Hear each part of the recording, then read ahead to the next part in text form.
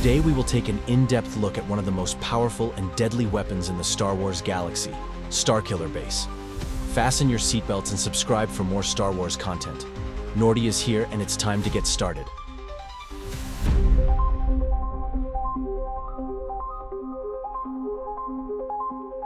Starkiller Base, also known as the Starkiller, was a formidable military installation located on the forested ice planet Ilum, situated in the unknown regions. The planet itself was rich in kyber crystals, a rare and powerful resource long valued by the Jedi Order for its use in constructing lightsabers. However, the First Order, who saw themselves as the rightful successors to the Galactic Empire, transformed this once sacred world into a terrifying base of operations, leveraging the unique energy-transmitting properties of the planet's kyber crystal deposits. In a bold and unprecedented move, the First Order converted Ilum's natural resources into a superweapon capable of destroying entire star systems. Starkiller Base drew its immense power from the energy of suns, using an advanced technology to drain the energy from a star and concentrate it into a devastating superlaser. This process allowed the base to fire a single, cataclysmic shot capable of obliterating entire planets and, in some cases, entire star systems. The weapon was truly a force to be reckoned with, and the destruction it caused was unparalleled. The base's mobility was another incredible feature. Rather than being a stationary installation, Starkiller Base had been outfitted with rocket ports on the far side of the planet, allowing it to move through space like a massive mobile fortress.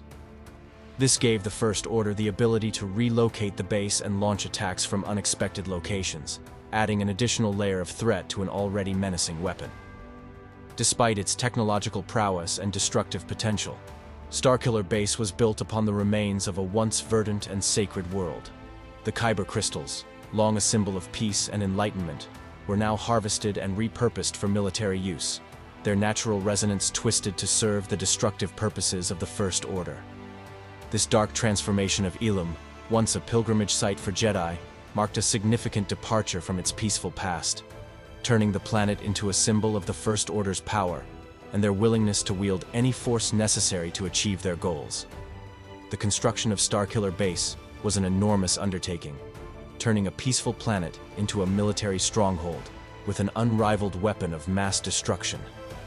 While it was capable of wiping out entire systems in a single strike, it also represented the First Order's audacious ambition to surpass the fallen Galactic Empire and claim dominance over the galaxy. Its massive superlaser, powered by the energy of entire stars, was an awe-inspiring display of technological mastery, one that would ultimately lead to its tragic destruction at the hands of the Resistance. The superweapon housed within Starkiller Base was powered by an extraordinary form of dark energy known as quintessence, a pervasive force present throughout the universe. This quintessence provided the First Order with an almost limitless source of power, enabling them to unleash destruction on an unimaginable scale. The base's technology was designed to harness this energy and use it to fuel the weapon capable of destroying entire star systems. To gather and concentrate the quintessence, the base utilized an array of specialized collectors positioned on one side of the planet. These collectors were designed to absorb dark energy in stages, carefully redirecting it towards the planetary core. Once collected, the energy was held in place by both the planet's natural magnetic field and an artificial containment field created by the vast and complex machinery the First Order had installed within Ilum's crust. However, the planet's magnetic field alone was insufficient to contain the vast amounts of energy required for the weapon to function. To address this issue, the First Order engineered a thermal oscillator, a unique and highly advanced technological component that played a crucial role in the superweapon's operation. The thermal oscillator generated an oscillating containment field, which allowed the base to expend far less energy on maintaining the containment of the quintessence than would have been required with a steady, static containment field. This ingenious solution made the entire operation far more efficient, enabling the base to accumulate and hold the enormous amounts of dark energy required for a single superlaser blast. The thermal oscillator was integrated into the planet's structure itself, a testament to the sheer scale and complexity of Starkiller Base. Its presence in the planet's crust allowed the First Order to harness the power of an entire star while minimizing the amount of energy needed to keep the collected quintessence under control. This combination of the planet's natural magnetic properties and the sophisticated technology employed by the First Order made Starkiller Base an unparalleled superweapon, one capable of destroying entire star systems with a single shot, powered by the universe's darkest energy. In essence, Starkiller Base was not merely a weapon. It was a masterwork of dark science, built upon the twisted foundations of a once sacred world, and fueled by a nearly infinite source of destructive power. The clever use of quintessence and the thermal oscillator ensured that the weapon could fire repeatedly, annihilating entire planets and sending shockwaves through the galaxy. The use of such power, however, came with immense risks, and in the end, Starkiller Base's reliance on this unstable energy source proved to be its undoing. The heart of Starkiller Base's superweapon was a colossal hollow cylinder, an imposing structure that stretched deep into the planet's crust, embedded within the massive trench left behind by the Empire's earlier mining operations. This massive cylinder was large enough to dominate the planet's surface and was clearly visible from orbit, making it one of the most recognizable features of the base. Its primary function was to direct the concentrated energy from the superweapon's power source, a collection of dark energy gathered from a star, towards its intended target, be it a planet or star system. The cylinder penetrated the containment field at a predetermined distance, ensuring that the energy was focused and sent down the length of the structure before being released in a focused blast. However, the sheer amount of energy required for such a devastating weapon posed a serious risk.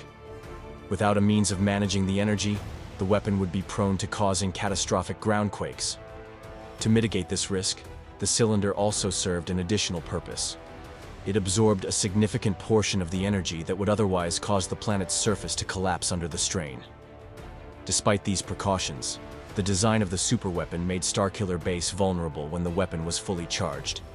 If the containment field's thermal oscillator was destroyed just before the weapon fired, the accumulated dark energy would be released, not through the firing cylinder, but throughout the planet's core where it was being held.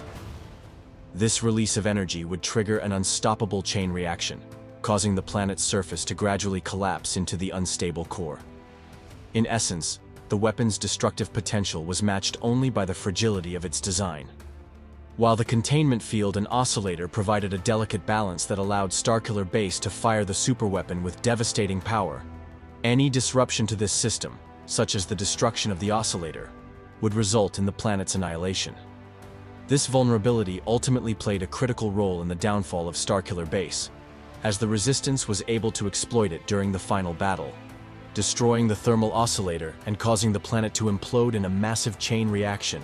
As Starkiller Base ramped up to full operational capacity, the sheer power required to fuel its superweapon had profound effects on the planet's environment. The base's energy collection process began with the harvesting of energy from a nearby star, which gradually drained the star's energy and redirected it to the planetary core. Over time, as more energy was gathered and stored, the superweapon's effects became more noticeable. The process of draining the star's energy led to the gradual blocking out of sunlight on the planet's surface. As the weapon reached its peak, the planet was entirely cut off from the sun, plunging it into an eerie, unnatural darkness. The once forested, ice-covered world of Ilum was now enveloped in a perpetual shadow, a reflection of the immense power that Starkiller Base harnessed. To unleash this power, Starkiller Base's weapon engineers would initiate a critical step: the breach of the containment field. This breach allowed the collected dark energy to escape the core through the hollow cylindrical opening located on the opposite side of the planet, relative to the stellar collector. The collected energy would then pass through the containment field, transforming into a state known as phantom energy, a unique and highly concentrated form of dark energy. The energy, now in this transformed state, would leave the planet behind, creating a pathway through hyperspace, a breach that tore a hole through the fabric of space-time, allowing the energy to travel across vast distances. This energy beam was not just a weapon of destruction, it was also designed to make a statement. As the beam of phantom energy tore through space, it became visible across the galaxy, a glowing, unmistakable trail that was meant to serve as a symbol of the First Order's might. The visible nature of the beam, traveling through hyperspace, was intended to strike fear into the hearts of those who witnessed it. The First Order wanted their power to be known, not only for its destructive potential, but also as a means of intimidation, forcing enemies and neutral systems alike into submission. The beam was a declaration of the First Order's willingness to annihilate any world that resisted their control, and it was a tool of terror meant to drive their foes into surrender. Ultimately, Starkiller Base's weapon was more than just a superweapon. It was a symbol of the First Order's ruthlessness, their ability to extinguish life and light across the galaxy, leaving only darkness in their wake. It was a reminder that the First Order had the power to snuff out entire systems with a single shot, making them a force to be reckoned with across the galaxy. The dimension through which the phantom energy beam traveled was known by the personnel stationed at Starkiller Base as sub-hyperspace. This enigmatic realm allowed the energy to be transmitted with near-instantaneous speed across vast stretches of the galaxy.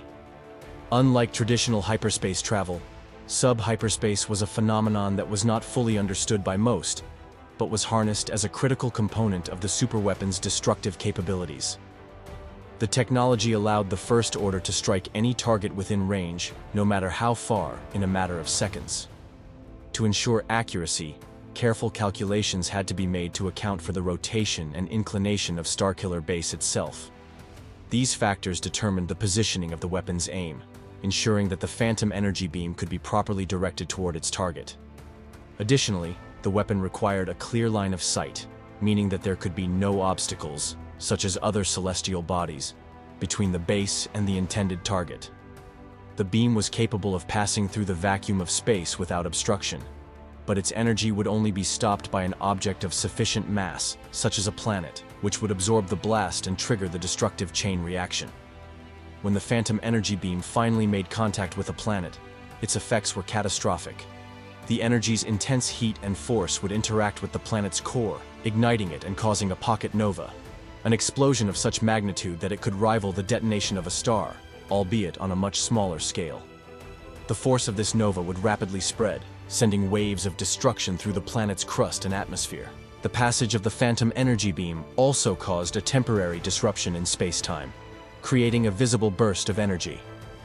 This explosion, the nova, would become instantly visible across the galaxy, even from thousands of light-years away.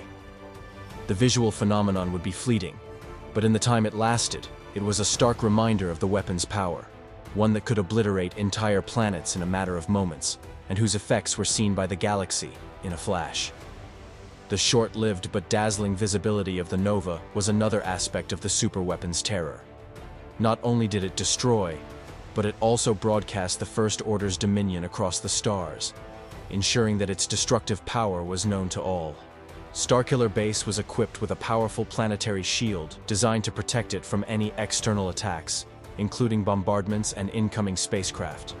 The shield's strength was such that no conventional weaponry or sublight ship could penetrate it, ensuring that the base was effectively impenetrable to most threats.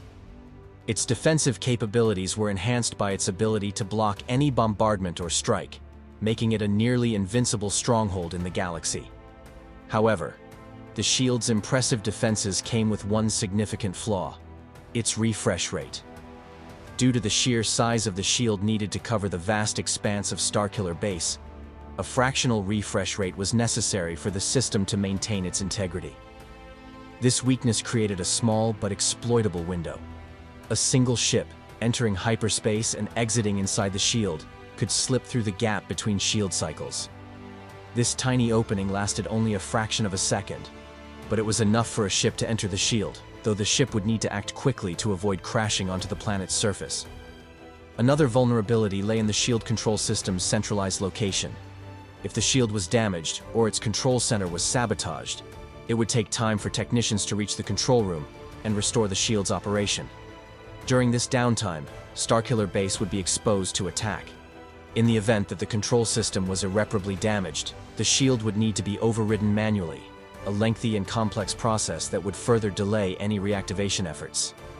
These vulnerabilities were critical during the Resistance's attack on Starkiller Base. The Millennium Falcon, piloted by Han Solo, Chewbacca, and the crew, exploited the flaw in the shield by entering hyperspace and emerging inside the shield's protective barrier. The ship was able to navigate the tiny window of opportunity, exiting hyperspace just in time to avoid crashing into the planet's surface. However, the crash landing was still a close call, with the Falcon barely avoiding total destruction as it careened to a stop on the edge of a cliff. This daring maneuver allowed the Resistance to infiltrate Starkiller Base and disable its shield, setting the stage for the attack that would eventually lead to the planet's destruction. Starkiller Base was an immense facility, far more than just a weapon. It was a fully operational military stronghold, complete with a broad array of essential facilities and infrastructure to support its operations. Aside from the primary weapon and shield control systems, the base contained numerous ship hangars to house TIE fighters, ground vehicles, and other essential military craft. The sheer scale of the base required extensive sanitation infrastructure to keep the complex running smoothly, as well as various amenities to support the large garrison of stormtroopers stationed there. Flooding tunnels ran through the base, perhaps as part of the emergency systems designed to prevent breaches or manage critical failures. Additionally, a designated room was set aside for communications with Supreme Leader Snoke, where holograms would allow direct communication with the First Order's leader. This room was essential for coordinating operations and ensuring that the base's activities were in line with the larger goals of the First Order. Snowtroopers, specialized stormtroopers suited for cold environments, used light infantry utility vehicles, LIUVs, to traverse the icy and harsh conditions of Starkiller Base. These vehicles were particularly useful for maintaining and patrolling the technological systems spread across the planet. Given the vast scope of Starkiller Base, both on the surface and within its subsurface levels, a sizable crew of personnel was needed to maintain and operate the facility. This crew included support staff, engineers, and droid workers, all tasked with keeping the vast array of machinery running smoothly. Droid workers were essential, with sentry droids moving throughout the base's interior using rolling casters, ensuring that every corner of the facility was kept under watch. Meanwhile, patrol droids equipped with long-range communications antennae monitored the wilderness above, keeping an eye on the planet's surface and the activity within its surrounding areas. These droids contributed significantly to maintaining the sprawling operation that was Starkiller Base. By the time of its destruction, Starkiller Base was home to the largest known deployment of First Order military forces, combining personnel from both the Army and Navy to create a formidable fighting force. The base was a fully integrated military and scientific complex, designed not only for warfare but also for domination, making it one of the most ambitious technological undertakings in the galaxy. Despite its size and power, however, Starkiller Base's vulnerabilities were ultimately exploited by the Resistance, leading to its eventual destruction and the collapse of its enormous power.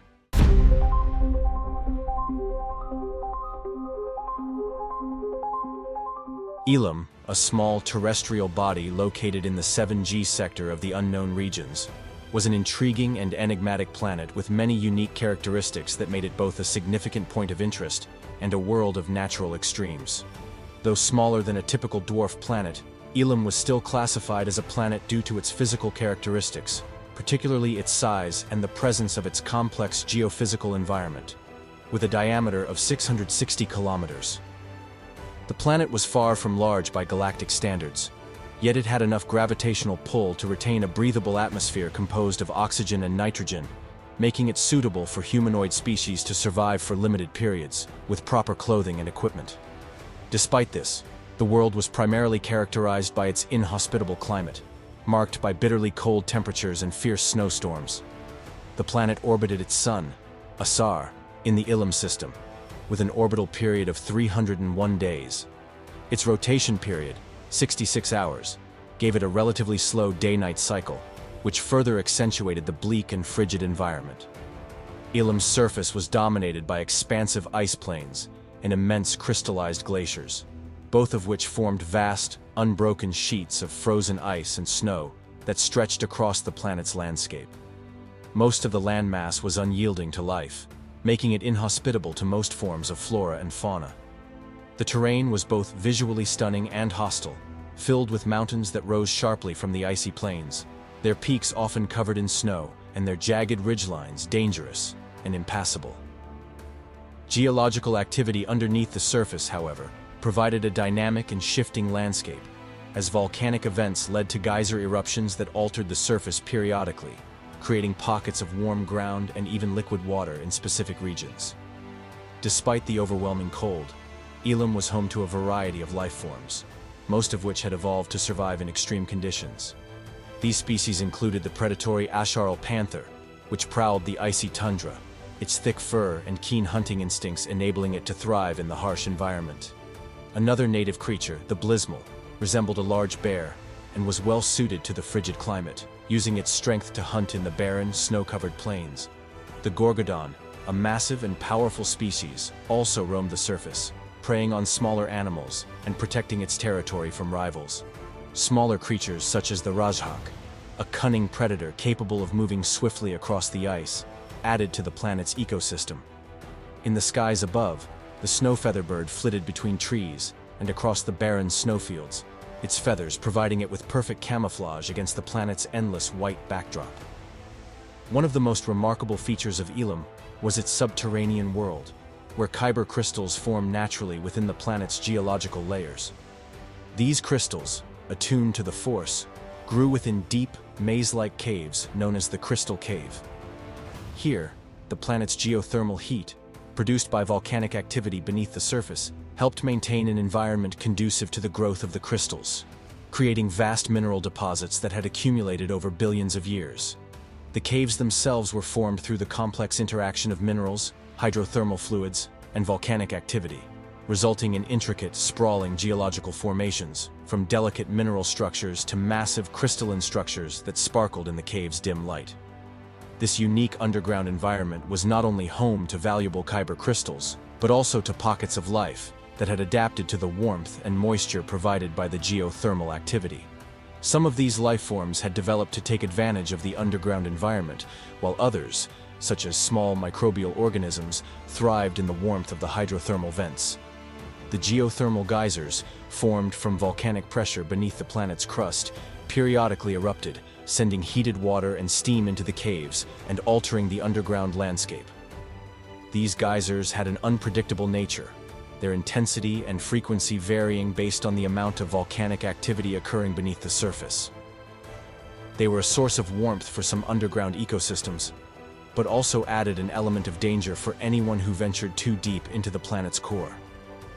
The geothermal heat also helped maintain liquid water beneath the ice, creating conditions where life forms could survive and where certain plants, resilient to extreme cold, could take root. Despite its relatively small size, Ilum's strategic significance was considerable due to its connection to kyber crystals, which played a vital role in galactic history.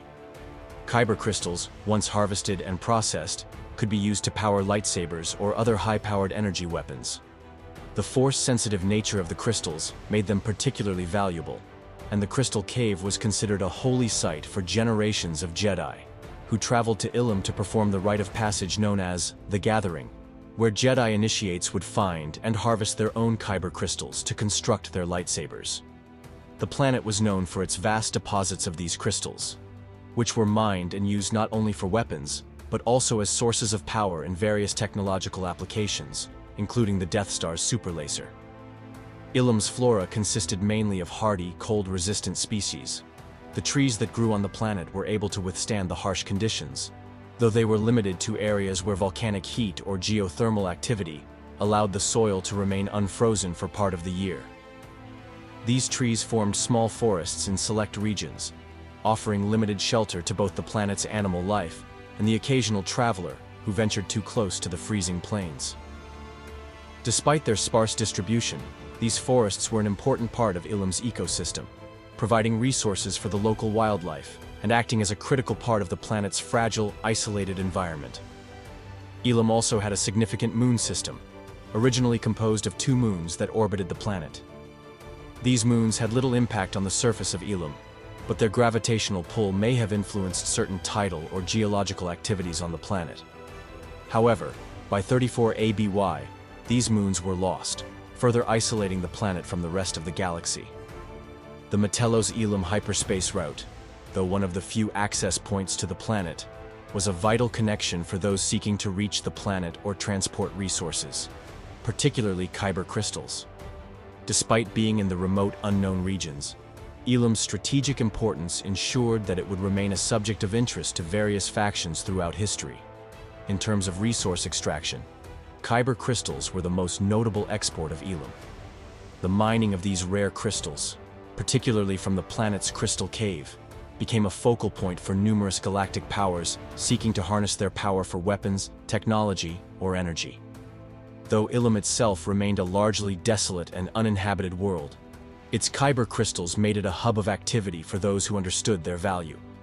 The planet's volcanic activity, icy plains, crystallized glaciers, and treacherous terrain created a world of extremes, where only the most determined or well-equipped individuals could survive and navigate its landscape. Ilum was, in many ways, a world of contradiction. Its frozen surface and harsh environment made it seem barren and lifeless, yet beneath the ice lay resources of immeasurable value, shaping the course of galactic history. The planet's kyber crystals, geothermal energy, and natural resources played a pivotal role in shaping the destiny of those who sought them. And despite its small size, Ilum held a place of importance that transcended its physical features, marking it as one of the most significant worlds in the galaxy.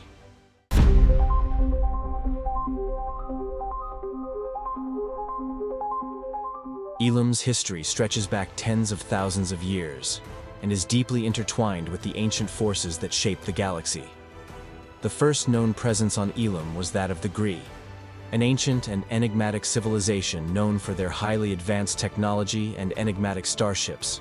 The Gree, who were among the earliest spacefaring civilizations, established an enclave on Ilum, using it as a strategic launch point for deep space exploration. The most notable of these missions was conducted by the Grey Second, a massive Gree exploration vessel that embarked on a multi-century expedition from Ilum, seeking to chart the unknown reaches of the galaxy. However, despite their technological prowess, the Gree eventually faded into obscurity, and their presence on Ilum became little more than a distant echo, leaving behind no visible traces of their influence by the time the planet was rediscovered. The wider galaxy first became aware of Ilum in 22,800 BBY, when a Jedi scout, navigating hyperspace with the aid of the Force, felt an unexplainable yet powerful pull emanating from deep within the unknown regions. This sensation was not a mere anomaly. It was a direct call from the Force itself, an unmistakable beacon that guided the scout's journey. Following this overwhelming compulsion, the Jedi pilot directed her vessel towards the Ilum system and quickly determined that the source of the Force's call was concentrated on the fifth planet.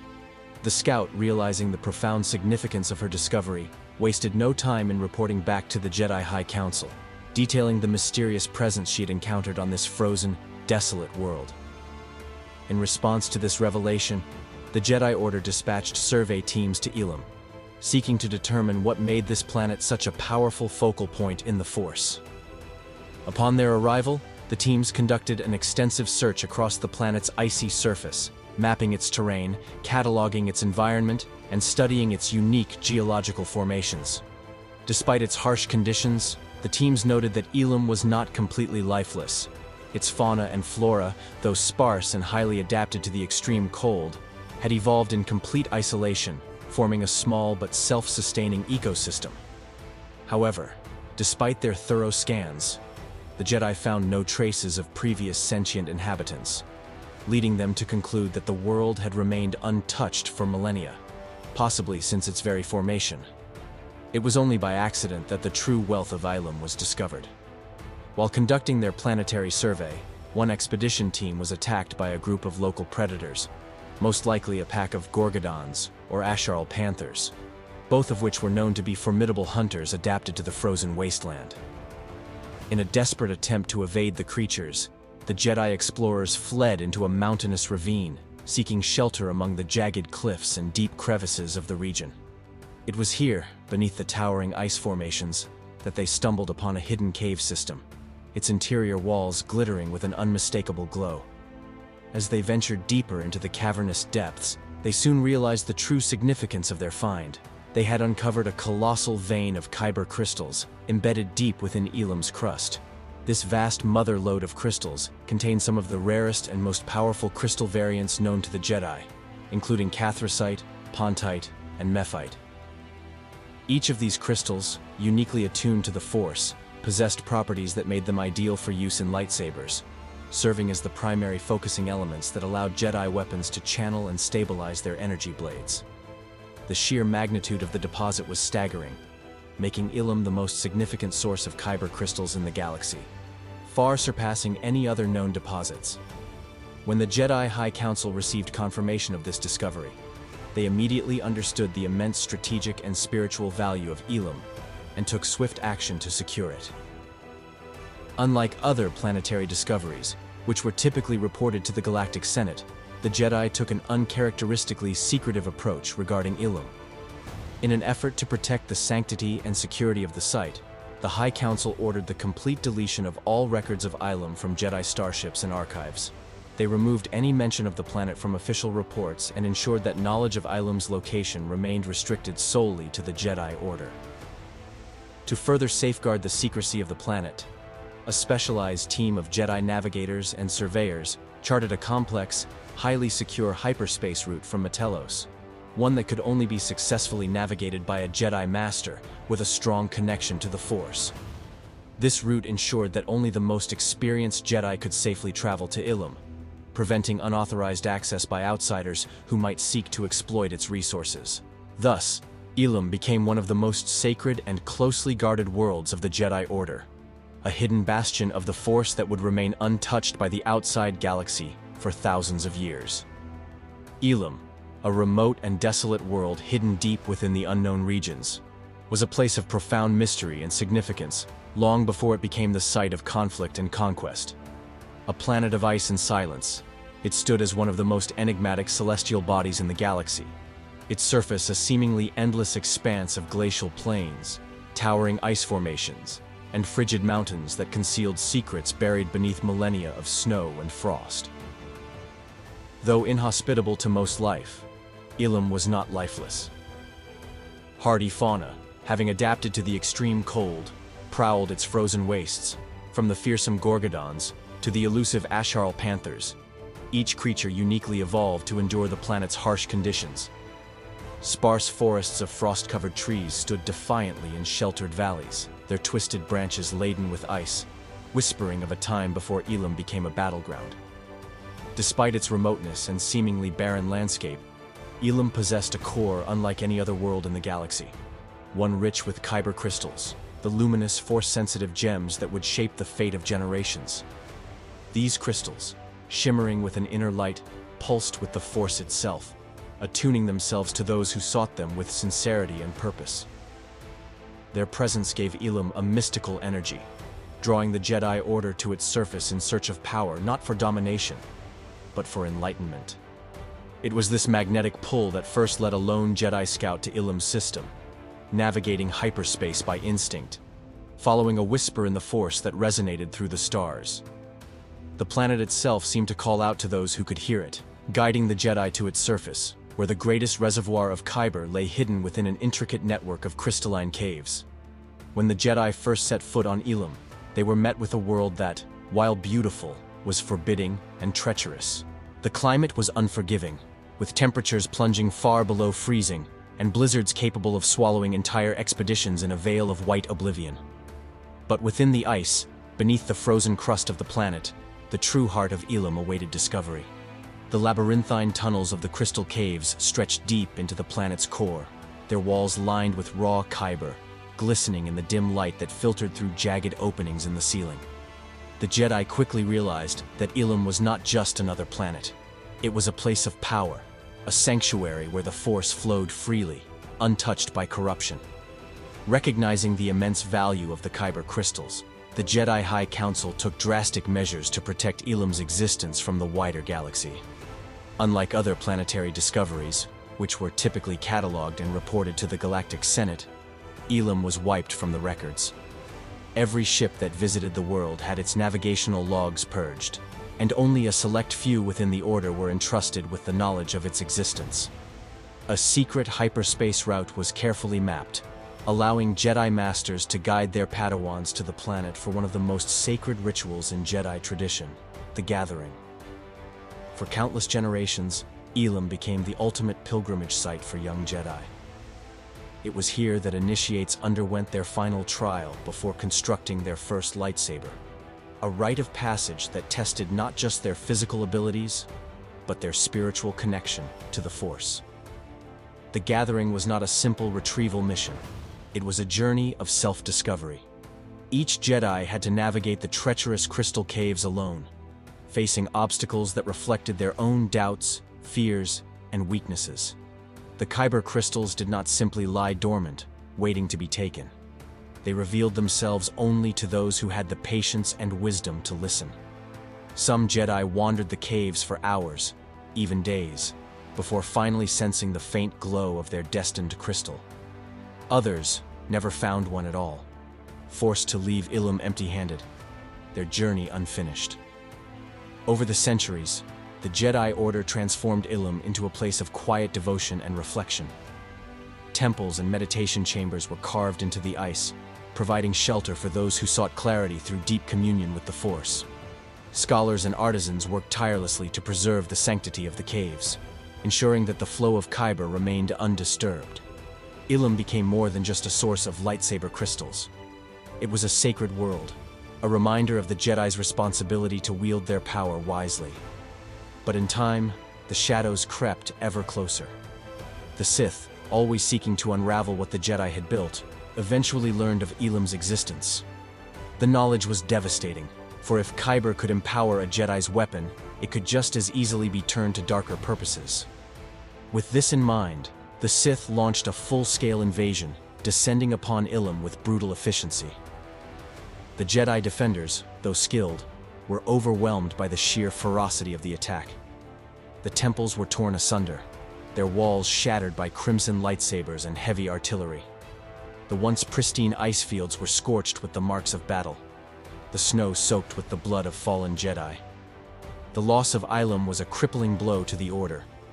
Not only had they been stripped of their greatest resource, but a place of deep spiritual significance had been desecrated.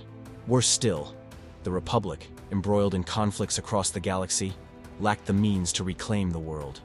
The Sith took what they wanted, extracting Kyber by the thousands. But their ambitions extended beyond simple plunder.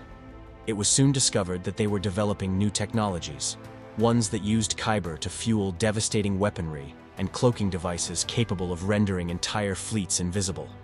If perfected, such technology would have made the Sith nearly unstoppable, allowing them to strike from the shadows with impunity.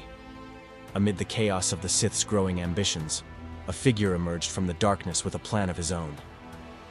Darth Malgus, a warrior who had grown disillusioned with the Empire's politics, sought to claim Ilum not for the Sith, but for himself.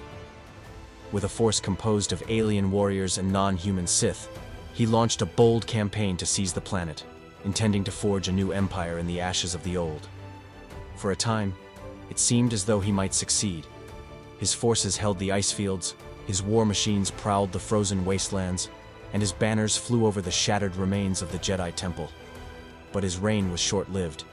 The combined might of the Republic and the remnants of the Sith Empire turned against him, and Malgus was driven from Ilum, his dreams of conquest reduced to nothing more than whispers in the wind.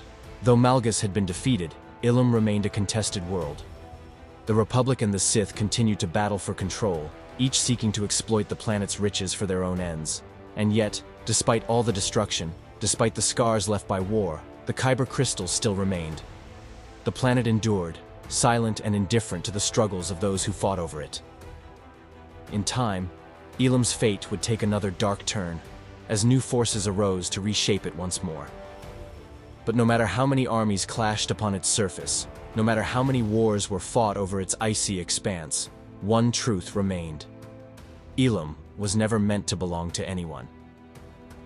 It was a world of the Force, a world that called out to those who could hear it, a world that would never be truly conquered. And long after the last battle had faded into memory, long after the last warrior had fallen in the snow, the crystals would still whisper their song, waiting for those who would listen. Ilum, once a battleground stained by the echoes of war, was eventually reclaimed by the Jedi Order. Though the scars of past conflicts lingered beneath its frozen surface, the High Council, recognizing the danger of leaving the planet exposed, took immediate action to erase all knowledge of its existence from the wider galaxy once more. Any remaining records of the Sith invasion, the brutal battles, and the occupation of Ilum were systematically purged from archives and databases, ensuring that the horrors of the past would fade into obscurity. What remained were mere whispers, dark legends passed down through the few who had witnessed the bloodshed firsthand, stories of a world of ice and war, where Jedi and Sith clashed in the shadows of towering glaciers. Despite the planet's immense importance to the Jedi and the continued necessity of its kyber crystal reserves, the Order took a cautious approach to re-establishing its presence there. The High Council, weary of drawing too much attention to Ilum, made the controversial decision to recall all Jedi who had once called the planet home, ordering their return to Coruscant. The once thriving enclaves, once filled with scholars, artisans, and Force-sensitive pilgrims, were left to the mercy of Ilum's relentless elements. The great temples and meditation chambers, painstakingly carved into the ice over centuries, were abandoned, their halls emptied of wisdom seekers and their archives sealed. With no caretakers to maintain them, the structures of Ilum slowly began to disappear, swallowed by the very landscape that had sheltered them for so long. The relentless snowfall, which had been a constant force of nature on the planet, began its slow reclamation of what the Jedi had built. Entire meditation halls vanished beneath drifting snow, their rooftops collapsing under the weight of accumulated ice. Moving glaciers, once regarded as awe-inspiring natural formations, now acted as silent destroyers, grinding ancient temples into ruin and sealing off entire cave networks that had once been sacred to the Order. The echoes of footsteps that had once filled these halls faded, replaced by the howling winds that swept across Ilum's barren plains. Only the primary Jedi Temple, the grand structure that had been built over the largest of the crystal caves, was spared from complete abandonment. It remained operational, albeit in a reduced capacity, serving as the sole Jedi outpost on Ilum. Its halls, once filled with young initiates seeking their first kyber crystal, were now mostly empty, visited only by the rare master leading a small group of Padawans through the gathering. Even here, however, the weight of history was felt in every stone and every corridor. The Jedi who set foot on Ilum in the years that followed could feel the ghosts of the past, lingering like shadows on the ice. Yet for all the efforts of the Order to hide Ilum once again, the galaxy had changed. The Sith had learned of its existence, and though they had been driven away, knowledge could not be erased as easily as data from a terminal. Somewhere, in the dark corners of the galaxy, remnants of the Sith still remembered, and even as Ilum slumbered beneath its eternal frost, it was only a matter of time before war would return to its frozen surface once again.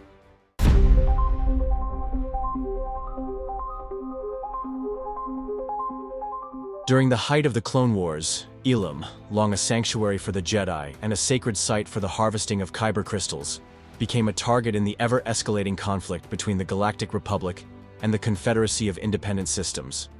In 22 BBY, the planet was the site of a devastating ambush orchestrated by Count Dooku, the enigmatic and ruthless leader of the Separatists.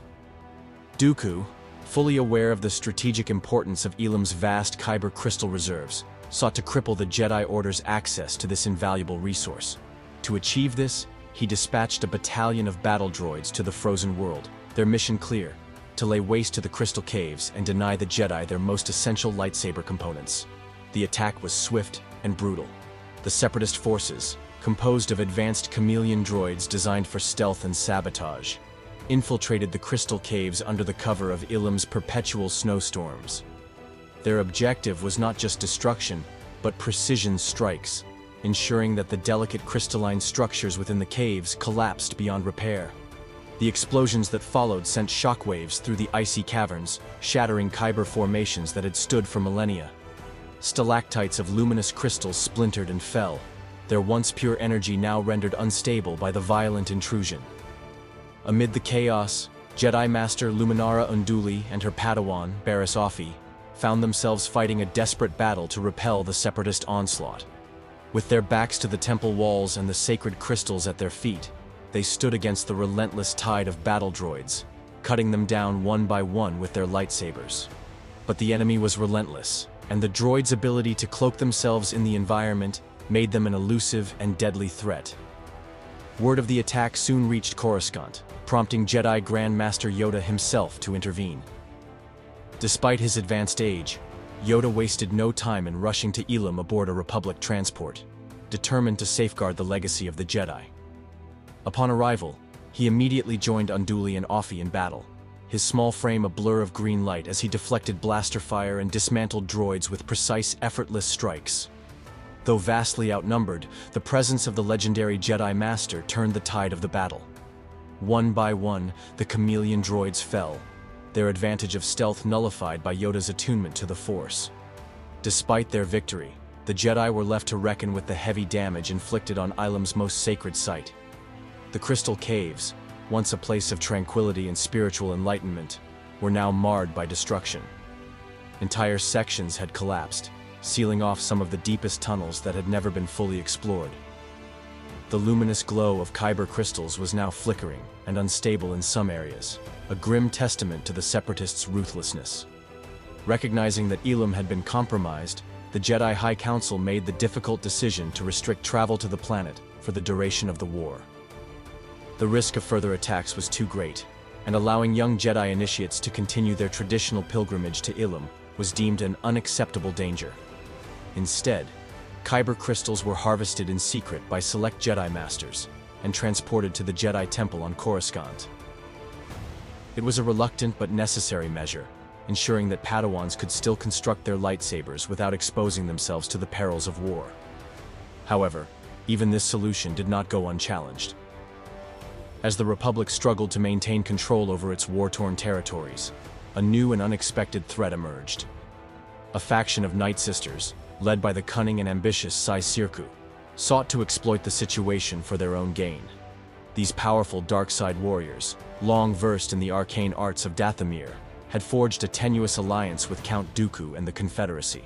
Their goal was not just to steal Kyber crystals, but to weaponize them in ways the Jedi had never foreseen. Their opportunity came when Jedi Master Luminara Unduli was tasked with overseeing a crucial shipment of Kyber crystals aboard the Republic transport vessel Setawan. The ship, laden with precious cargo bound for Coruscant, became a prime target for the Night Sisters. As it traveled through hyperspace, the Setawan was ambushed, emerging from lightspeed into the clutches of the Night Sisters' raiding party. Starkiller, leading the attack personally, struck with ruthless efficiency. Her warriors, wielding dark magics and lethal weapons, boarded the vessel, cutting down Republic personnel with terrifying ease. The battle within the Setawan was swift and bloody. Though Unduli fought with the ferocity of a true Jedi Master, the Night Sisters' numbers and their unpredictable tactics overwhelmed the Republic crew.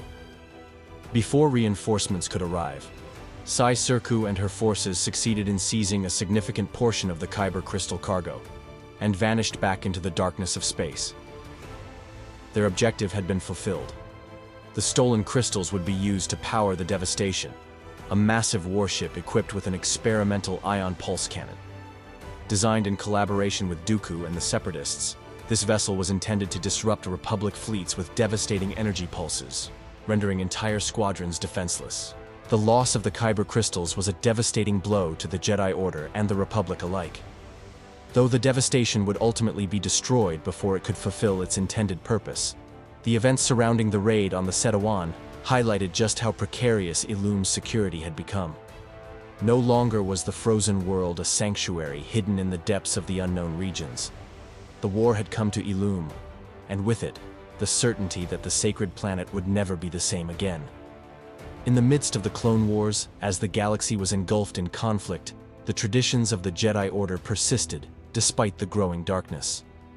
Around 20 BBY, Grand Master Yoda and Jedi Padawan Ahsoka Tano undertook the solemn responsibility of guiding a select group of Jedi initiates through the sacred rite known as the Gathering. This ritual, a cornerstone of Jedi training, was a defining moment in the life of every young Padawan. It was during this trial that they would venture deep into the heart of Ilum's legendary Crystal Cave, braving its hidden dangers in search of the Kyber crystal that would become the core of their first lightsaber. For the young initiates, the journey to Ilum itself was an adventure of great significance. Traveling aboard a Jedi transport, they were given time to reflect on the importance of the mission ahead. The gathering was not merely about obtaining a crystal. It was a test of character, patience, and attunement to the Force. Ahsoka Tano, acting as their mentor, shared her own experiences and offered guidance, while Yoda, ever wise and enigmatic, observed in silence, knowing that each child would face challenges unique to their own destiny. Upon arriving in Ilum's orbit, the Jedi transport descended through the planet's turbulent, icy atmosphere. The harsh winds howled as the ship broke through thick storm clouds, revealing the vast frozen plains below. Towering ice formations jutted from the surface like the spires of an ancient fortress, their crystalline surfaces refracting the dim light of Ilum's distant sun. In the distance, the entrance to the ancient Jedi temple stood half buried in snow, its weathered stone walls bearing silent witness to the countless generations who had come before. Once inside the temple, the initiates stood before the massive doors leading into the crystal cave. Yoda, standing in the flickering glow of ancient torches, imparted the final words of wisdom before the trial commenced. Enter you must, alone with the Force. Only in trust will the path reveal itself. The heavy stone doors rumbled as they slid open, revealing a gaping tunnel that led into the depths of the mountain. The cold air inside the cave was heavy with an eerie stillness, punctuated only by the distant sound of water dripping from melting icicles. The initiates stepped forward cautiously, guided by instinct and the Force. Each was aware that they had only a limited time to find their crystal. Once the sun reached its peak, the cave's entrance would freeze over, trapping any who failed to complete their task in time. The test was designed to push them beyond their limits, forcing them to confront their own fears, insecurities, and weaknesses. As they ventured deeper, each Padawan faced a personal trial. Some found themselves lost in the maze-like tunnels, battling the creeping fear of failure. Others encountered illusions created by the Force, visions of loved ones, imagined dangers, or even glimpses of their own potential futures. The Crystal Cave was no mere geological formation. It was alive with the energy of the Force, and it tested each Jedi in a different way. One by one, the initiates located their kyber crystals, their inner connection to the Force guiding them to the unique shard that resonated with their spirit. The moment of discovery was deeply personal. Some crystals shone brightly in recognition of their destined wielder, while others remained hidden until their seeker truly surrendered themselves to the Force. With their crystals in hand, the young Jedi made their way back to the entrance, where Yoda and Ahsoka awaited them. Those who succeeded were met with a nod of approval from the Grand Master, but no words of congratulations. The true reward was in the journey itself. Those who struggled or failed to find their crystal in time were given quiet encouragement. There was no shame in failure, only a lesson to be learned for the future. As the sun began to set, the doors of the cave slowly sealed shut once more, ensuring that only those who were truly ready would emerge victorious. With the gathering complete, the initiates left Ilum forever changed. Their crystals, now in their possession, would soon be forged into lightsabers, marking the beginning of their path as true Jedi. Though the Clone Wars raged on across the galaxy, the sacred tradition of the gathering endured, a beacon of hope amid the growing darkness. But unbeknownst to the Jedi, Ilum's sanctity would not last forever. The war would soon bring new threats to the frozen world, and its secrets, so carefully guarded for generations, would one day fall into the hands of those who sought to twist its power to their own ends. As the Clone Wars neared their tragic conclusion, the galaxy stood on the precipice of a dark new era. With the execution of Order 66, an insidious directive embedded within the minds of every clone trooper by Supreme Chancellor Palpatine, the Jedi Order was betrayed by the very soldiers they had once commanded. Across countless worlds, Jedi were cut down by their own troops, their once loyal clone battalions turning against them without hesitation. The purge was swift, brutal, and nearly absolute. However, some Jedi managed to escape the initial onslaught, fleeing into the depths of the Outer Rim in a desperate bid to survive. Among these scattered survivors, a few sought refuge on the remote and frozen world of Ilum, hoping its secrecy would shield them from the Sith's wrath. Ilum had long been one of the Jedi Order's most sacred sites, known only to those within the Order. It was here, deep within the Crystal Caves, that generations of Jedi younglings had undergone the gathering, claiming their kyber crystals and forging the weapons that would define them as Jedi. With the fall of the Order, those who knew of Ilum's location recognized it as a possible sanctuary, one of the last untouched places in the galaxy where Jedi might regroup, meditate, and perhaps plan their next steps in the face of extinction. But the Empire was relentless. No world was beyond the reach of Palpatine's newly formed empire, and Ilum would be no exception. Acting on intelligence provided by spies, probe droids, and the Sith Lord Darth Vader himself, the Galactic Empire deployed the 481st Legion, a specialized detachment of clone troopers with extensive experience in extreme cold-weather combat. These hardened soldiers were given a singular objective: eliminate all remaining Jedi on Ilum and ensure the planet would no longer serve as a safe haven for the remnants of the Old Order. As the 481st descended onto Ilum's frozen surface, their LAAT-I gunships roared through the storm-choked skies, their spotlights cutting through the perpetual twilight of the icy world. Touching down near the ancient Jedi temple, squads of heavily armed clones disembarked, their white armor blending seamlessly into the snowdrifts around them. Their HUDs flickered with targeting data as they advanced, weapons raised, prepared for any resistance. The Jedi survivors, though few in number, had sensed the clones' arrival through the Force. Some had spent weeks or months hiding within the labyrinthine tunnels of the crystal caves, relying on their deep connection to the Force to avoid detection. But against the might of an entire Imperial strike force, even the most skilled Jedi stood little chance. The clones moved with military precision, sweeping through the temple ruins and cutting down any who resisted. The battle was brutal but brief. Jedi Knights and Padawans fought valiantly, their lightsabers illuminating the darkened corridors of the temple as they clashed with the relentless clone forces. Some attempted to use the environment to their advantage, leading their pursuers into treacherous ice crevasses or collapsing tunnels behind them. Others called upon the Force to create blinding snowstorms, seeking to vanish into the white abyss of Ilum's endless winter. But for all their skill and resourcefulness, the Jedi were hopelessly outnumbered. One by one, they fell. By the time the last echoes of combat faded, the surface of Ilum was littered with the bodies of fallen Jedi, their weapons extinguished, their robes frozen in the snow. The crystal caves, once a place of enlightenment and peace, were now silent, filled only with the ghosts of those who had perished there. With their mission complete, the 481st Legion transmitted confirmation of their success back to Imperial High Command. Their orders were clear. Any surviving Jedi were to be presumed dead, and the operation was to be deemed a total success. Yet, despite their thoroughness, whispers persisted that some Jedi had escaped into the deeper caverns, beyond the reach of even the most determined hunters. If true, they would remain hidden, waiting for the day when the dark tide of the Empire would finally recede. Ilum, however, would not remain untouched for long. The Empire had taken notice of the planet's unique properties, specifically, its vast kyber crystal deposits. And as the war machine of the Empire grew, Ilum's fate would soon be sealed. The Jedi were gone, but their sacred world was about to become something far darker than they could have ever imagined.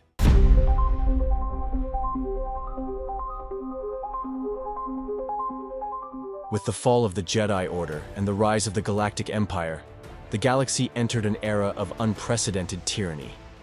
No world, no resource, and no relic of the past were beyond the reach of Emperor Palpatine's insatiable ambition. In 18 BBY, guided by intelligence gathered from ancient navigational records housed within the Jedi Temple on Coruscant, the Empire's deep space exploration fleets located the long-hidden world of Ilum. The secrecy that had once shielded the planet from discovery was shattered, and soon, the icebound sanctuary of the Jedi found itself under the iron grip of the Empire. Ilum was no longer a place of spiritual enlightenment or pilgrimage. To the Empire, it was nothing more than a vast reservoir of power, an untapped resource that could fuel their ever-expanding war machine. Without delay, Imperial forces invaded the planet, swiftly securing its surface with overwhelming military presence. Squadrons of stormtroopers, engineers, and industrial specialists disembarked from the belly of colossal star destroyers, setting up fortified encampments and logistical hubs. The Jedi Temple, once a sacred monument of learning and discovery, was deemed an obstruction, Its ancient entrance was obliterated by heavy turbo-laser bombardments, reducing millennia of history to rubble in mere moments. With the planet fully under Imperial control, the true purpose of their occupation became clear. The vast crystal caverns hidden beneath Ilum's frozen crust contained one of the galaxy's most valuable resources, kyber crystals. These rare and immensely powerful minerals had long been used by the Jedi to construct lightsabers, but under the Empire's rule, they would serve a far more sinister function. Palpatine's engineers and scientists had discovered that kyber crystals could be weaponized on an unimaginable scale. Their natural ability to amplify energy made them the ideal power source for the planet-destroying superlaser that would one day be installed aboard the Death Star. The Empire wasted no time in stripping Ilum of its riches.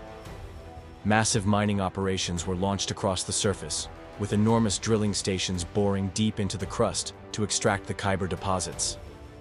The disruption of the planet's crystalline structure triggered violent geological reactions, exposing veins of magma that had remained sealed beneath the ice for eons. The once pristine world, untouched for millennia, was now marred by massive excavation pits, towering industrial machinery, and sprawling Imperial mining facilities. In a display of both technological prowess and ruthless efficiency, the Empire deployed an immense planetary mining vessel that embedded itself into Ilum's surface, acting as both a refinery and processing plant for the harvested crystals. Massive turbo-laser drills pulsed with destructive energy, shattering the crystal formations that had once resonated with the Force. The ground trembled with the ceaseless activity of mining crawlers, which raked across the ice plains in search of additional deposits. The sound of heavy machinery echoed through the once silent valleys, drowning out the whispers of the past. To ensure the security of this invaluable operation, at least 2 Imperial Star Destroyers maintained constant orbital watch over Ilum, their massive silhouettes casting ominous shadows across the icy landscape. Patrols of TIE fighters streaked across the sky, scanning for any signs of resistance. On the ground, legions of stormtroopers stood guard over the mining installations, prepared to crush any potential threat before it could take root. However, Ilum had already been purged of its former guardians. The Jedi were gone, their temples destroyed, their history erased. There would be no uprising, only the cold, methodical consumption of the planet's lifeblood. Yet, even as the Empire tightened its grip around Ilum, the planet itself seemed to resist. The disturbance of its kyber core disrupted the world's delicate balance, causing unpredictable shifts in climate and topography. The very essence of the Force, which had once flowed freely through Ilum's crystalline veins, now pulsed with pain and unrest.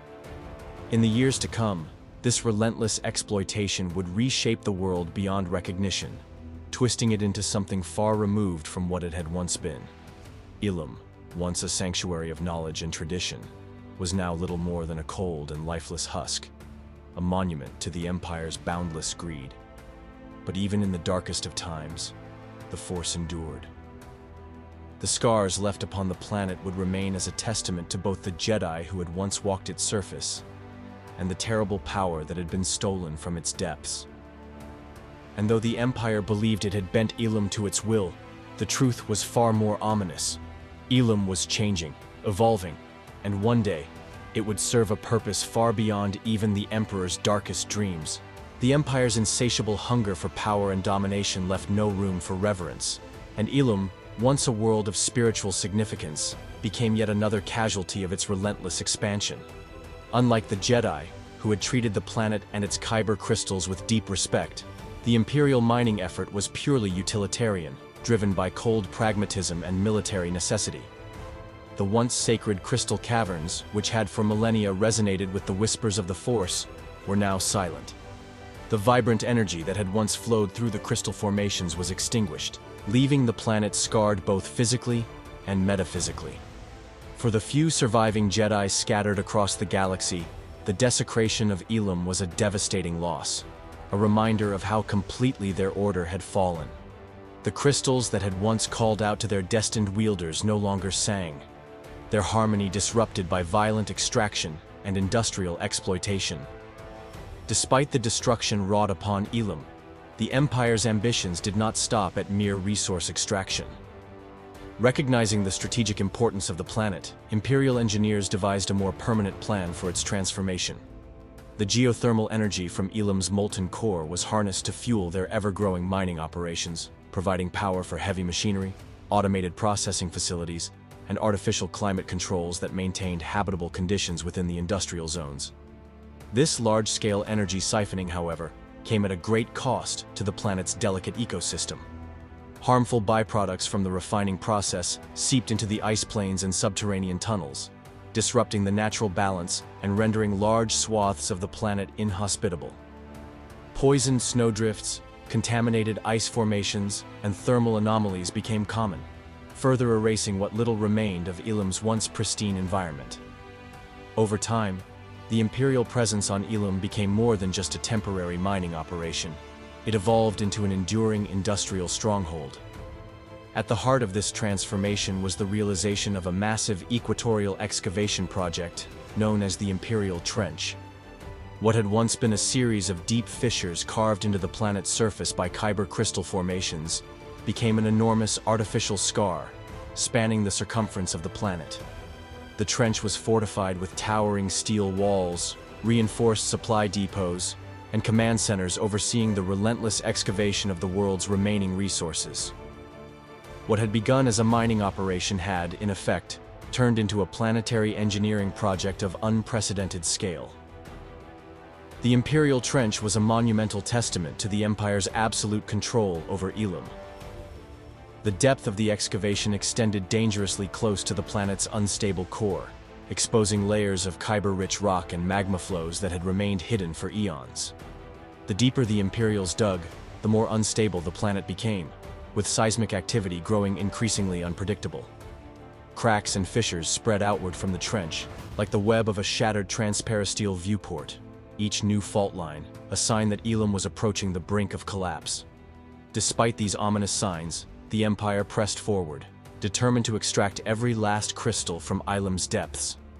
Kyber shipments were transported off-world in massive freighters, bound for secretive weapons development facilities, where they would be refined and installed in the focusing arrays of the Death Star's superlaser. Every crystal harvested brought the Emperor's ultimate vision one step closer to fruition, and the sacrifice of a single frozen world meant nothing in the grand scheme of galactic domination. Yet even as the last of the great kyber veins were depleted, and the Jedi's legacy on Ilum was all but erased, the Force remained ever watchful. Lower concentrations of kyber crystals still existed elsewhere in the galaxy, hidden in places only the most devoted seekers would be able to find. For those attuned to the Force, the call of the crystals was not silenced. It was merely waiting, echoing faintly across the stars, ready for those who still had the will to listen.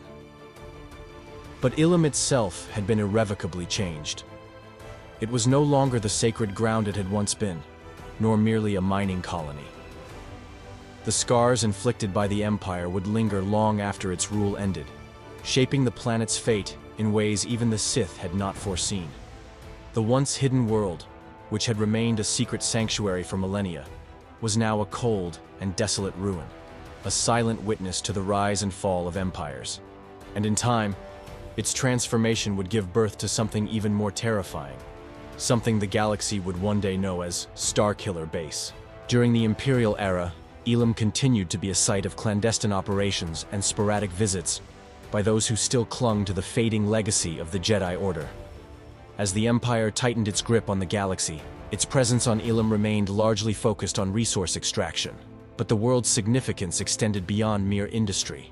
The icy ruins of the Jedi Temple still stood, buried beneath layers of snow and ice, their once proud halls now desecrated by the relentless march of Imperial progress. While the temple was no longer a place of pilgrimage for Jedi hopefuls, its ancient crystal caverns still held the potential for renewal, a hope that would briefly flicker in the darkness before being extinguished once more. One such flicker came in the form of Cal Kestis, a Padawan who had survived the Jedi Purge and was forced into hiding after the fall of the Order. Following a brutal duel in which his lightsaber was severely damaged, Kestis embarked on a dangerous journey to Ilum, seeking to forge a new weapon and reclaim his connection to the Force. Guided by the knowledge that the frozen world had once provided kyber crystals to generations of Jedi, he braved the frigid wastes and descended into the long-abandoned crystal caverns.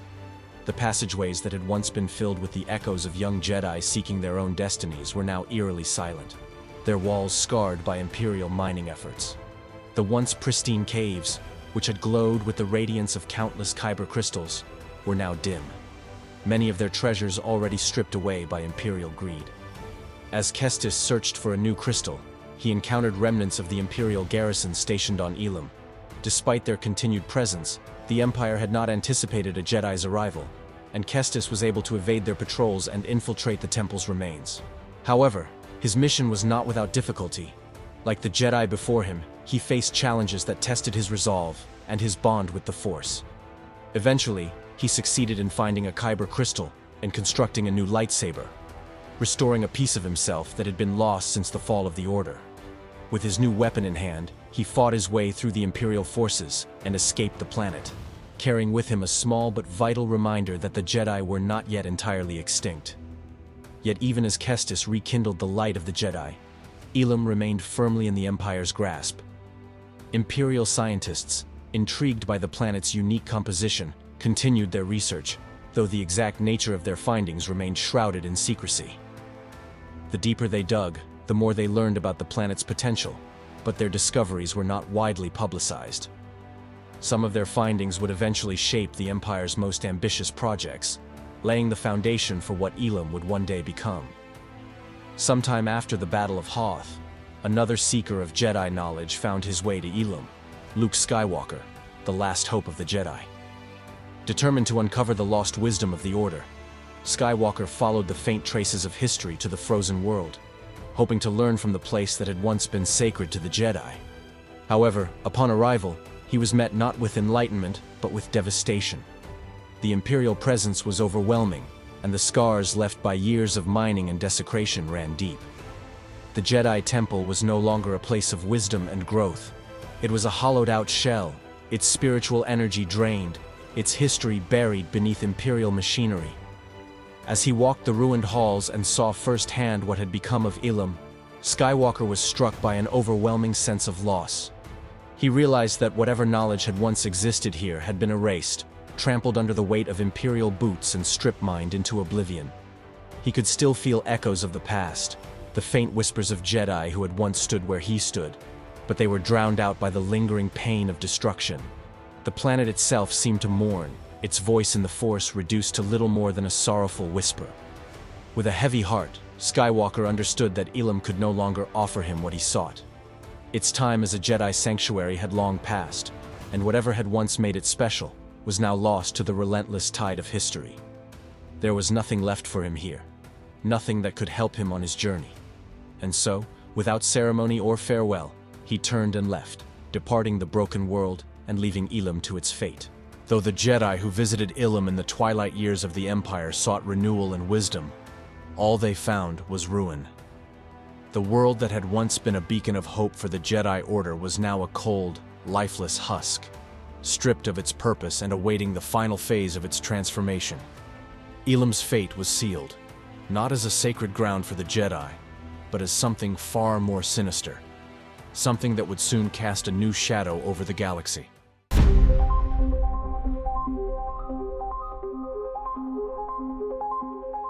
After the fall of the Galactic Empire, following the Battle of Jakku, the remnants of the Empire splintered into factions, and many Imperial secrets were either lost or hidden away. However, a handful of these secrets, including research logs from classified Imperial laboratories, survived and fell into the hands of the First Order. Among the most significant of these was detailed information about Ilum, an icebound planet in the unknown regions, which had once been a key site for the Jedi Order. The logs described the planet's valuable kyber crystal deposits, which were integral to the construction of lightsabers and other advanced technology, including superweapons. The First Order, under the leadership of its enigmatic Supreme Leader Snoke, began an extensive search for the planet, combing the unknown regions for a world that met Ilum's specifications. This search would last for decades, but ultimately, their efforts were rewarded when they successfully located the planet. The First Order's initial scouting of Ilum was conducted by specialized snowtrooper teams. These soldiers, trained to operate in the planet's harsh, icy environment, were tasked with ensuring the planet's surface was secure for the forthcoming operation. Upon arrival, they eliminated any native life forms that could potentially interfere with the future excavation and construction plans. Despite its long history as a Jedi stronghold, Ilum was deemed uninhabited by any sentient species when the First Order took possession of it, allowing the project to proceed without significant opposition from the planet's former protectors. Once the planet was secured, Ilum's transformation into Starkiller Base began in earnest. As part of their efforts to establish a powerful stronghold in the unknown regions, the First Order quickly turned the planet into an operational base. Starkiller Base became the unofficial headquarters of the First Order, a secret weapon that could strike with overwhelming force against the New Republic or any other adversaries in its way. The planet's kyber crystals, once used by the Jedi for their sacred purpose, were now mined with ruthless efficiency. The crystals, invaluable for their energy properties, were harvested to power the First Order's war machine, including their devastating superweapon. The First Order's extensive excavation of the planet's surface was aided by the earlier Imperial mining operations, which had already weakened the planet's crust and unearthed significant amounts of kyber crystals. This made the subsequent conversion of the planet into a mobile superweapon platform easier to execute. Massive trenches, formed during the mining efforts, were repurposed as the foundation for Starkiller Base's colossal super laser array, which was designed to focus and amplify the power of the kyber crystals. These crystals were used to fuel the base's super laser, a weapon capable of destroying entire star systems with a single shot. The conversion of Ilum into Starkiller Base was a monumental engineering feat, with the entire planet being hollowed out to create a weapon of mass destruction on an unprecedented scale. Starkiller Base, as the transformed Ilum came to be known, became a symbol of the First Order's might and ambition. The base's super laser was not just a weapon, it was a statement. It signified the First Order's readiness to do whatever it took to establish control over the galaxy, even if it meant harnessing the power of a world with such deep historical significance to the Jedi. Despite its destructive potential, Starkiller Base was also a symbol of the First Order's reliance on ancient knowledge and the remnants of the Empire, using the very same resources that the Jedi once cherished for a far darker purpose. In the years following the construction of Starkiller Base, the First Order maintained a tight grip on its operations, using the superweapon as a way to exert influence over the galaxy. The base became a tool for terror, capable of wiping out entire systems in an instant. The very existence of such a weapon shifted the balance of power in the galaxy, forcing the resistance to scramble for any means to combat the growing threat. However, despite the First Order's overwhelming firepower, Starkiller Base's existence was ultimately short-lived, as the weapon was destroyed in a daring attack by the Resistance. In the end, Ilum's transformation into Starkiller Base came to symbolize the tragic corruption of the planet's once sacred nature, a place of peace and reflection now reduced to a weapon of annihilation. Starkiller Base, the First Order's massive superweapon, was a technological marvel that represented a significant advancement over its Imperial predecessors, the DS-1 Death Star Mobile Battle Station and the DS-2 Death Star 2 Mobile Battle Station. While both Death Stars were designed to destroy entire planets, Starkiller Base surpassed them in sheer power and size. Unlike the Death Stars, which were constructed as massive space stations, Starkiller Base was built into the very core of a planet, Ilum, giving it a size and scale that far exceeded that of its predecessors. The immense size of Starkiller Base allowed it to harness far greater resources, making it more than twice the size of the Death Star and capable of delivering even more destructive force. The superweapon housed within Starkiller Base was designed to draw its power from an entirely new source: the energy of stars. This was a significant leap forward from the Death Stars, which used massive amounts of energy from their own reactors to fire their planet-destroying super lasers. Starkiller Base, however, could channel the raw energy of an entire star, potentially making it capable of destroying multiple planets in quick succession. This method of power generation may have been one of the reasons behind the base's name, Starkiller, reflecting its ability to consume and harness the power of stars themselves for destruction. The sheer destructive capability of Starkiller Base was a testament to the First Order's desire to surpass the might of the Galactic Empire.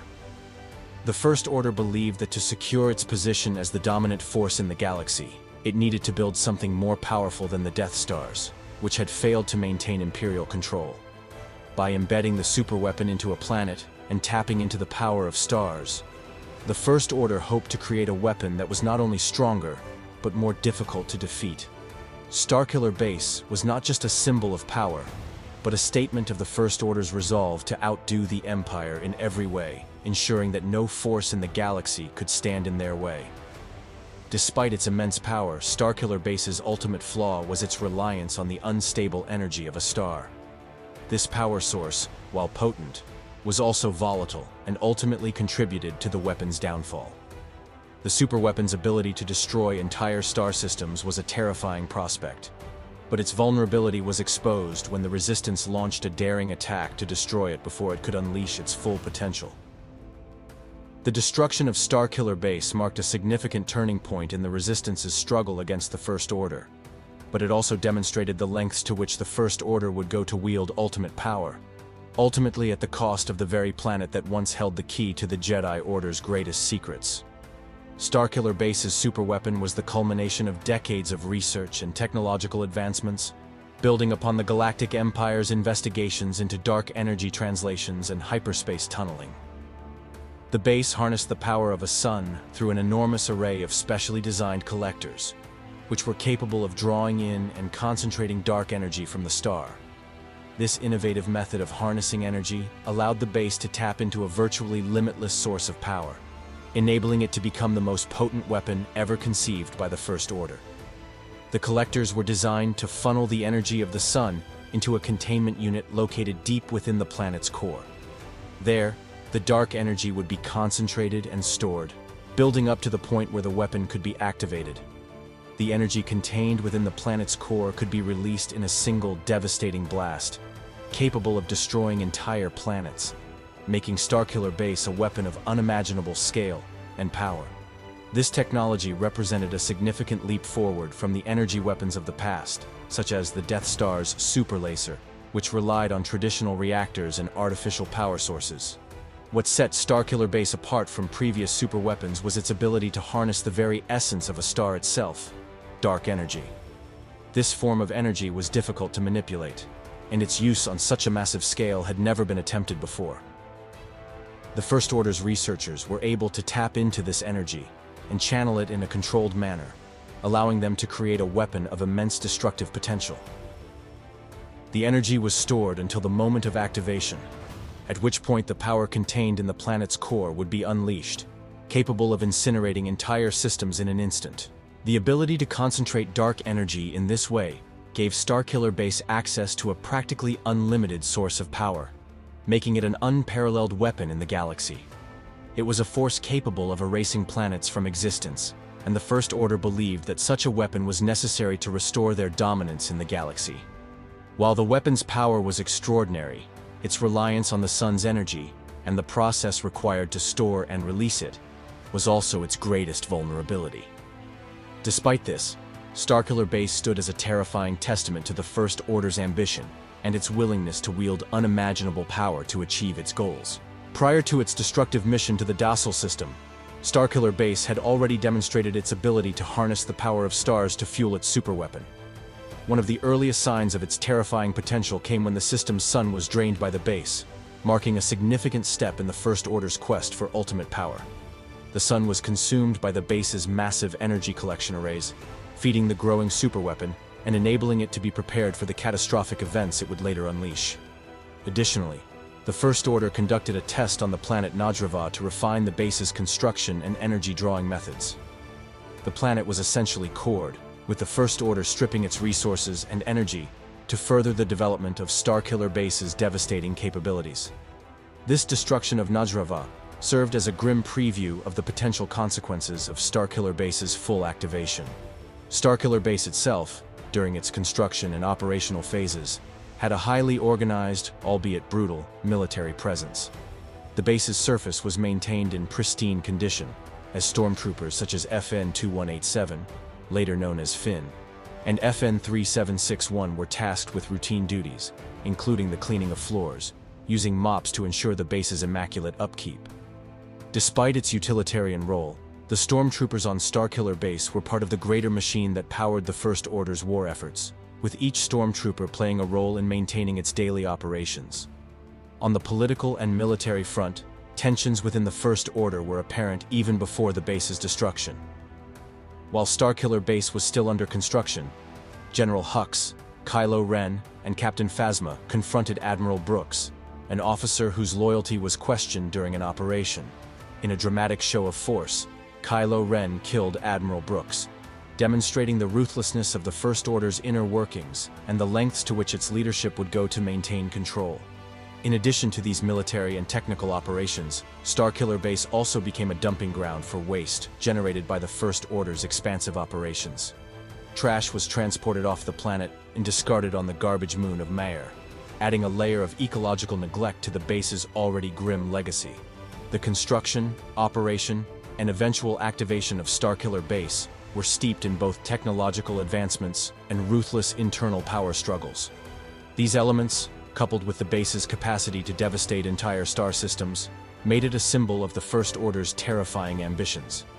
However, it was also a stark reminder of the costs of such power, both in terms of the resources it consumed and the destruction it caused across the galaxy.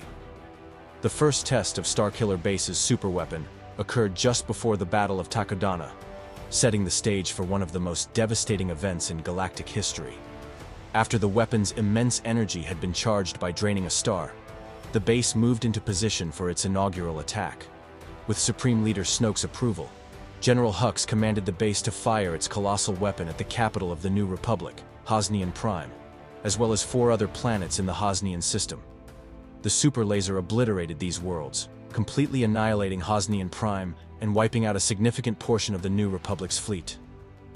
This cataclysmic event, known as the Hosnian Cataclysm, left the galaxy in shock, marking the rise of the First Order as a powerful and terrifying force. The destruction of the Hosnian system severely crippled the New Republic, both militarily and symbolically, and served as a chilling demonstration of the First Order's growing might. The base's weapon, capable of destroying entire systems with a single shot, signaled the terrifying future that lay ahead for the galaxy. While the destruction of Hosnian Prime and its neighbors rocked the galaxy, the Battle of Takodana was unfolding simultaneously. During this battle, Rey, the scavenger-turned-resistance ally, was captured by Kylo Ren and taken to Starkiller Base. Upon her arrival, Kylo Ren attempted to use his powers to interrogate her, believing he could break her resolve. However, Rey's connection to the Force became clear as she resisted Kylo Ren's efforts, realizing her own sensitivity to the Force. This moment marked a pivotal shift in Rey's journey, as she began to tap into her latent Force abilities and take her first steps toward becoming a Jedi. As the Battle of Takodana raged on, the events that unfolded on Starkiller Base set in motion a chain of events that would lead to the downfall of the First Order's weapon and the ultimate triumph of the Resistance. Despite the base's immense power, its destruction was inevitable, with Rey's newfound strength and the Resistance's determination playing a crucial role in its eventual defeat. The Hosnian Cataclysm and the Battle of Takodana were both key turning points in the galaxy's fight against tyranny, symbolizing the delicate balance between destruction and hope in the galaxy's struggle for freedom.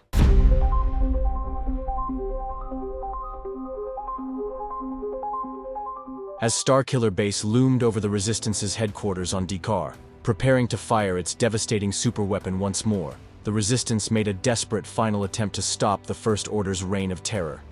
A reconnaissance mission, spearheaded by Resistance pilot Temmin Wexley, provided crucial intelligence when he managed to fly into the Starkiller Base system and gather detailed scan data on the superweapon. The intel revealed the full extent of the base's construction and its vulnerabilities. Among the most critical discoveries was a weak point, its thermal oscillator. Finn, a former stormtrooper who had defected from the First Order, was the key to unraveling this weakness. Finn, using his knowledge of the First Order's operations, identified that if the thermal oscillator was destroyed while the weapon was fully charged, but before it fired, it would set off a chain reaction that would destroy Starkiller Base. This information proved to be the Resistance's best hope of surviving the impending destruction of their base on D'Qar and stopping the First Order from unleashing further devastation. The Resistance quickly mobilized to take advantage of this newfound knowledge. They knew that time was running out as Starkiller Base prepared to fire on Dakar, but their window of opportunity was narrow. A group of skilled Resistance pilots, led by Poe Dameron, launched an assault on Starkiller Base, determined to destroy the thermal oscillator and prevent another cataclysmic attack. The Resistance's attack on Starkiller Base would become a heroic but desperate mission. With the base's immense size and powerful defenses, it was no easy task to navigate and strike the vulnerable point. However, the information provided by Finn proved invaluable. As the Resistance squadron engaged in intense dogfights against the First Order's TIE fighters and stormtroopers, they fought valiantly to penetrate the defenses and reach the thermal oscillator. In a climactic moment, the base's core was hit, triggering an explosion that began the destruction of Starkiller Base. The Resistance's brave assault, combined with Finn's critical intel, resulted in the obliteration of the base and the end of the First Order's superweapon. However, the battle was far from over. Though Starkiller Base was destroyed, the First Order was still a formidable enemy, and the Resistance's struggle continued, with Dakar's survival only a temporary victory in the ongoing conflict. As the Resistance's final assault on Starkiller Base intensified, squadrons of X-Wings fiercely engaged the TIE fighters that defended the superweapon. Despite their best efforts, the X-Wing pilots were unable to take down the base's formidable thermal oscillator. Meanwhile, the Millennium Falcon, with its crew of daring Resistance heroes, managed to bypass the base's shields and deploy a ground team tasked with disabling the shield generators. This was a crucial step in allowing the Resistance's pilots to strike at the heart of the superweapon. Amidst the chaos, Han Solo and his team pressed deeper into Starkiller Base's sprawling subterranean complex. Their goal was clear. They needed to reach the thermal oscillator itself, which was the critical weak point capable of destroying the entire base. Along the way, they encountered Rey, who had freed herself from Kylo Ren's captivity. Reunited, they pushed forward, determined to stop the weapon before it could fire again. In the depths of the base, Chewbacca placed explosives on the massive columns that supported an access tunnel leading directly into the thermal oscillator's conduit. With a well-timed detonation, the tunnel was opened, giving Poe Dameron, commander of the Resistance Starfighter Corps, the chance he needed to enter the exposed conduit. With precise skill and determination, Poe destroyed the conduit, triggering a catastrophic chain reaction of explosions throughout Starkiller Base. The planet, once a frozen ball of ice and snow, began to tremble as the superweapon's destructive energy spiraled out of control. Starkiller Base, and the vast energy stored within it, rapidly began to collapse. In a final violent eruption, the planet imploded before bursting into a violent explosion. The material harvested from the drained star expanded outward, forming a new microstar in the place of the destroyed planet. This newly formed star, the remnant of Starkiller Base's catastrophic end, was unofficially named Solo, in honor of Han Solo's selfless sacrifice to save his son, Kylo Ren, and his final act of bravery in helping to destroy the First Order's superweapon. The system was transformed from a singular sun into a binary, marking a bittersweet and significant chapter in the Resistance's ongoing struggle against the First Order. Though Starkiller Base was no more, the price of the victory was high, with the Resistance losing one of its greatest leaders in the process. However, their fight against the First Order was far from over. The destruction of Starkiller Base was a powerful blow, but it would only serve to fuel the fire of resistance against the tyranny that threatened the galaxy. Despite the destruction of Starkiller Base, the First Order's resolve remained unshaken. The catastrophic blow to the New Republic had left the galaxy in a state of disarray, and the First Order swiftly capitalized on the power vacuum, effectively decimating the government and assuming control of large swaths of the galaxy. With the remnants of the New Republic struggling to regroup, the First Order's grip tightened, and their influence continued to spread. Emboldened by their newfound power, Supreme Leader Snoke emerged from the shadows to take command of his forces directly, opting to oversee their operations from the mega-class Star Dreadnought Supremacy, a massive flagship that served as the heart of the First Order's military might. Under his leadership, the First Order initiated a relentless campaign to crush any remaining pockets of resistance, beginning with the complete annihilation of the Resistance's base on Dakar. The Resistance, having been discovered, was forced to abandon their headquarters on Dakar. Their forces were scattered, and the once vibrant movement now found itself teetering on the brink of extinction. The First Order Navy, under Snoke's orders, unleashed a devastating assault, nearly wiping out the Resistance's fleet and causing heavy losses.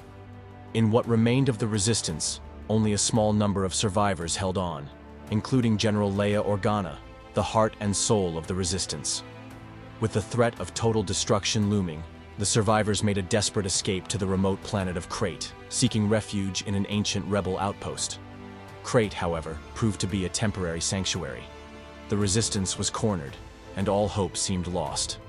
But, just as the First Order forces closed in for the final blow, Rey, who had been training with Luke Skywalker, arrived on Crate. At the same time, Luke himself made his dramatic appearance, having faced his own trials and tribulations. With his mastery of the Force, Luke took on the full might of the First Order in a heroic, self-sacrificial act, allowing Rey and the remaining Resistance fighters to escape aboard the Millennium Falcon. This final act of defiance, led by one of the last Jedi Masters, bought the Resistance the time they desperately needed. Though it seemed as though they had been on the brink of annihilation, the legacy of hope and resistance lived on, as the surviving members of the Resistance made their escape into the galaxy, prepared to continue their fight against the First Order. The events on Crate, fueled by Rey's emergence as a new beacon of hope and Luke Skywalker's ultimate sacrifice, served as a powerful symbol to the galaxy that the First Order had not yet won. The battle for the galaxy was far from over. While reflecting on their harrowing experiences, Poe Dameron shared a moment of vulnerability with Rey, recalling the aftermath of Starkiller Base's devastating attack on the Hosnian system. He confessed that when the massive super laser fired and obliterated the entire system, he had initially believed it was the end for the Resistance.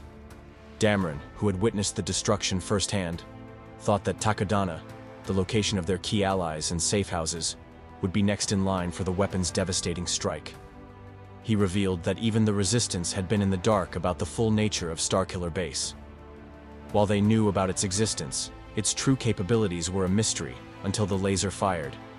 They had only discovered its location by tracking the trajectory of the blasts. Dameron's words conveyed the gravity of the situation. The Resistance had been up against an enemy with technology that could destroy entire star systems, and for a moment, it had felt like the odds were insurmountable. Despite this, Rey and Dameron both understood that it was in the face of such overwhelming odds that the true spirit of the Resistance shone brightest. Starkiller Base had shown the terrifying reach of the First Order's power, but it also highlighted the tenacity of those willing to fight against it, no matter how impossible the task seemed. The conversation served as a reminder of how close they had come to losing everything.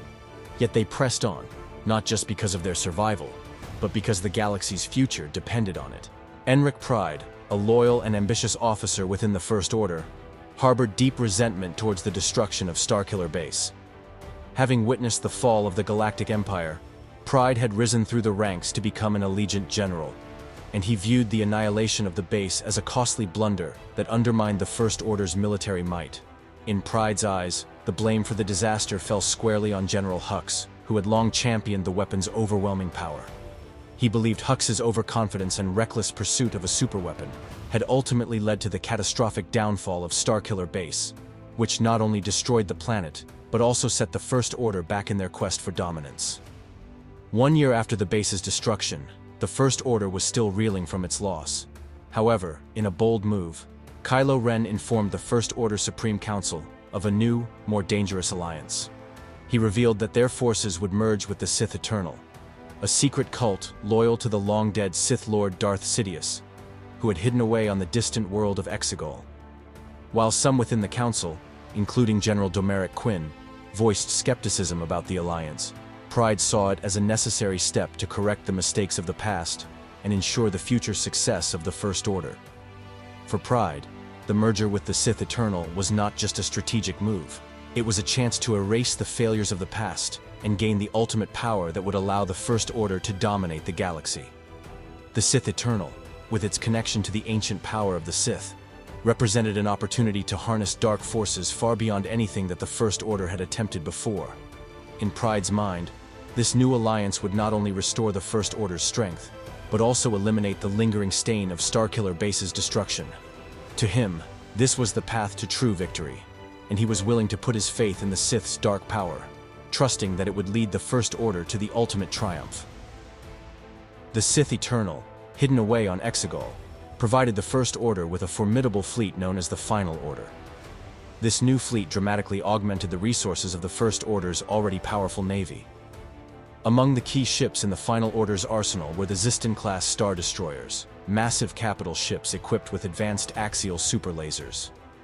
While these superlasers did not possess the same devastating power as the weapon on Starkiller Base, unable to destroy entire systems in a single shot, they still represented a terrifying new threat. The Ziston-class Star Destroyers, with their planet-killing potential, gave the Sith Eternal the means to obliterate individual planets and enforce their will across the galaxy. The true test of the Sith Eternal's military might came when the Star Destroyer Daraphan used its axial superlaser to destroy the planet Kijimi. This catastrophic attack showcased the immense destructive power of the Final Order's fleet and served as a grim warning to the galaxy. However, despite the enormous threat posed by the Sith Eternal and their fleet, the Resistance, led by General Leia Organa and bolstered by the efforts of Rey and the remaining Jedi, mounted a desperate counteroffensive. The final confrontation took place on Exegol, the hidden world that served as the base of the Sith Eternal. The Resistance, along with allies from across the galaxy, launched a full-scale assault against the Sith fleet. The battle was fierce, with the Resistance facing overwhelming odds, but ultimately, the combined strength of the galaxy's fighters and the bravery of the Resistance forces proved to be enough. In a decisive blow, the Sith fleet was destroyed, ending the Sith Eternal's reign of terror and eliminating their planet-killing capabilities for good. With the destruction of the Sith fleet and the defeat of the Final Order, the galaxy was freed from the looming threat of the Sith Eternal. The legacy of Starkiller Base, along with the shadow of the Sith's power, was finally erased, and the galaxy began to rebuild from the devastation wrought by the First Order and the Sith. This victory, while hard-won, marked the end of a dark chapter in galactic history and the beginning of a new era of peace and hope.